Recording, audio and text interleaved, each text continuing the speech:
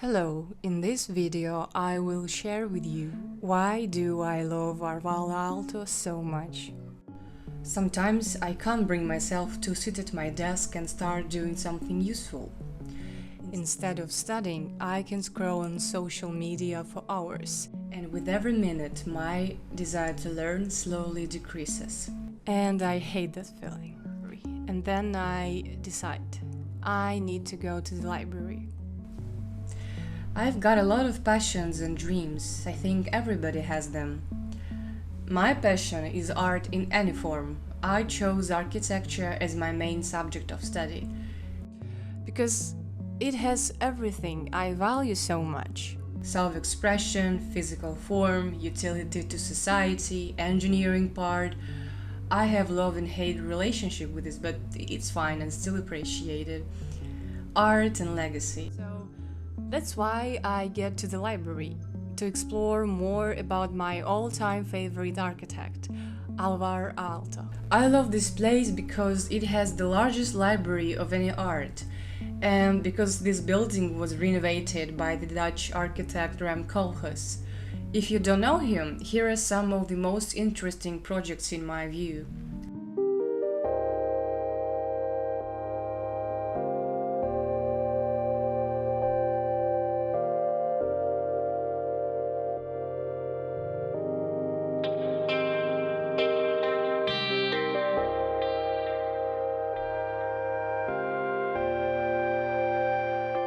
So yeah, I enjoy being here.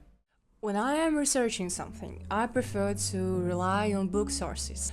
Not only because the internet often contains unverified information, but also because I like to hold books.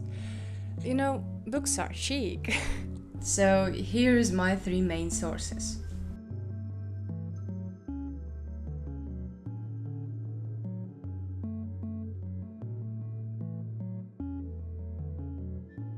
Alvar Aalto is a famous Finnish architect, and we need to give credits to his wife, Aino Aalto, who was an architect as well, and she designed many of his works together with him. Alvar gained widespread recognition in the early 1930s when he built a sanatorium in Paimio and a library in Viborg. His professional activities are extremely diverse and extensive. For example, his works includes architecture, furniture, textiles and glassware, as well as sculptures and paintings. So yeah, that's a lot. If you still don't know who he is, I think you may see this chair in IKEA. So it was designed by Aalto in 1933. Stool 60, the original name. I'm fascinated by his industriousness and dedication. And this is the first reason why. Isn't it lovely to be so passionate and productive about your own job? I mean, I dream of it. Aalto buildings, which are characterized by the natural integrity of what was created by nature, can explain better than any words what the term organic architecture means.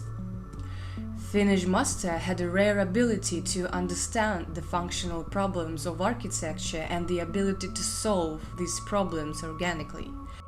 We can see also a very humanistic approach. So I was in the Viborg library and was captivated by his attention to details. You know what they say? Love is to be seen, so Alvar saw us as a human being. And of course, I fell in love. I mean, look at this railing. You can lay your hand in it and it will slide in the direction of your motion. I love it. And also, I love his quote. True architecture is only where the center is a person with all his tragedies and comedies. I like the way Alvar was inspired by nature in Finland. You know, he really loved his country of origin. He was throughout his life and career preoccupied with Finland's culture, political, and economic future, believing that his words and works could help shape the country's destiny. Isn't it lovely? I always thought that the architecture is a massive tool in politics and society in general. I guess that's why I chose architecture. But let's get back to being inspired by nature. You can see here an Aalto Savoy glass vases and finished lakes and forests. It is simply beautiful and genius. You can see the resemblance.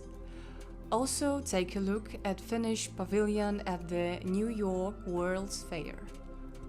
Alvar always loved his homeland and tried to redefine national art. Love it! I read some of his essays about architecture, and there you can see how deeply he understands the purpose of it. He questions the meaning of rationality in modern design. Rationalism was understood as something related to the manufacturing method, so this phenomena was purely technical in nature.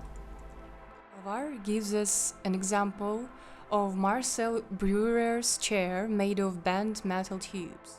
It is clear that here designer was guided by the desire to create an object that was lighter, more hygienic, and at the same time the most suitable for modern industrial production. Some of you can say that this design is simple and ingenious and call it rational. However, there are countless completely different requirements for a chair that begin to serve a person. For example, an object that is an everyday part of human life should not reflect light too much, should not be an inappropriate resonator of sound. An object that person uses constantly should not be made of materials that conduct well its warmth, and etc. It can be listed. So the main criticism of such chair is that they are not cozy, and this criticism is fair. And I agree with him completely. So Alvar Aalto tried to expand the meaning of rationalism and functionalism, adding to this some psychological requirements, not only physical. I think that this is where Aalto's magic begins. He can interpret these needs into physical form. For example, his famous chair, Paimio chair. Also, I am impressed by his approach to solving architectural problems. For example, sanatorium in Paimio.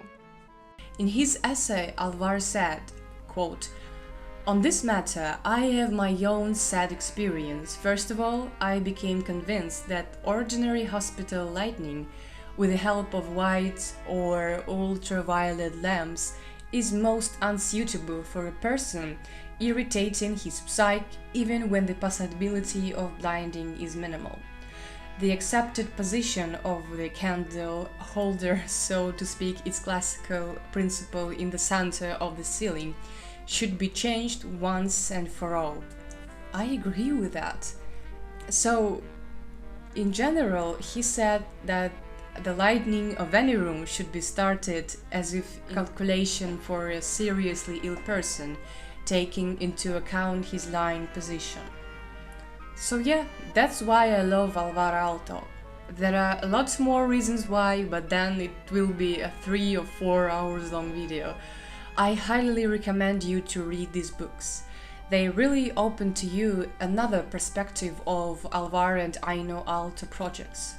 So, thank you for watching.